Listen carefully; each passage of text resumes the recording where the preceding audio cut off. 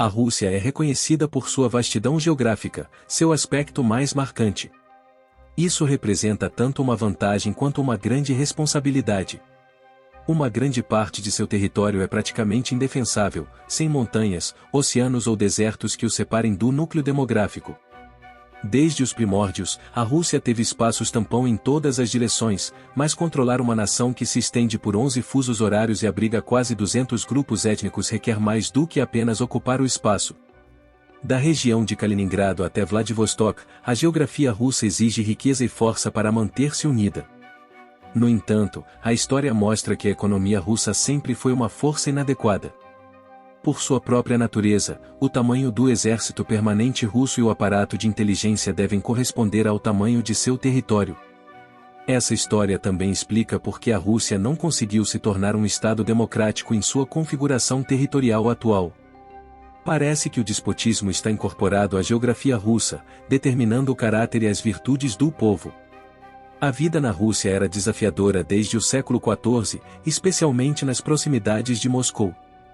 Inicialmente, apenas 2 itens eram comercialmente viáveis: escravos e peles. No entanto, a conquista mongol isolou Moscou do mercado de escravos do Mediterrâneo, deixando apenas as peles como mercadoria de exportação. Moscou expandiu-se para o norte, pressionando diplomaticamente as províncias vizinhas e formando coalizões. Essas expansões foram suaves e não hostis. No final do século XV, Moscou virou seu foco para as terras férteis ao sul, governadas pela Horda Dourada. A agricultura tornou-se essencial para selar Moscou como uma potência eslava. No entanto, a centralização do poder da monarquia russa veio com um custo enorme para a população civil. Para manter o controle sobre a nobreza, o czar criou a Priknig em 1565, a primeira polícia política da Rússia. A expansão territorial da Rússia continuou, enfrentando inimigos em todas as direções. No oeste, havia suecos, poloneses, prussianos e alemães, enquanto, ao sul, estavam os turcos, tártaros, cossacos e tribos caucasianas. A Rússia era vulnerável a invasões terrestres coordenadas devido à sua geografia plana. A necessidade de segurança territorial levou a períodos de guerra total, onde a Rússia lutou para conquistar ou ser conquistada. À medida que a Rússia crescia, surgiam novos territórios ao sul e ao leste, com populações étnicas e religiosas diferentes. A liderança russa tentou remodelar essas regiões por meio de deportações em massa, genocídios e assimilação, mas enfrentou resistência. A polícia política tornou-se uma rede de segurança essencial, com a inteligência sendo uma parte crucial para manter o império coeso. Na década de 1990, a Rússia passou por uma transformação caótica. A democratização liderada por Gorbachev e Yeltsin resultou em crises econômicas e constitucionais. O Kremlin, temendo a desintegração do país, voltou à violência para manter o controle. Putin sucedeu Yeltsin, criando um sistema político que lembrava uma democracia, mas mantendo o controle nas mãos do partido no poder. Em resumo, a história da Rússia é moldada por sua geografia e desafia a ideia de uma democracia ocidental em sua atual configuração territorial. A escolha entre segurança e território versus liberdade e prosperidade continua a influenciar o curso do país. Portanto, a ideia de que a Rússia não pode se tornar uma democracia é complexa e está sujeita a debate. Existem várias razões pelas quais algumas pessoas argumentam que a transição total para a democracia na Rússia pode ser difícil. História e cultura. A Rússia tem uma história longa e complexa de autocracia, que remonta aos czares e continuou sob o regime soviético.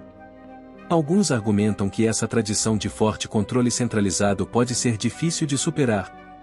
Outro fator é a estrutura do Estado. O sistema político russo atual tem características autoritárias, com um forte presidente e um parlamento que muitas vezes é visto como subserviente ao executivo. Essa estrutura pode não favorecer uma transição fácil para uma democracia pluralista. Terceiro ponto é a economia e interesses oligárquicos. A economia russa tem sido marcada por oligarcas e uma concentração significativa de riqueza e poder nas mãos de poucos. Esses interesses oligárquicos podem resistir a mudanças democráticas que possam prejudicar seu controle sobre os recursos e a política. As questões étnicas e regionais também precisa ser levada em conta. A Rússia é um país vasto e diversificado, com muitas culturas e identidades regionais.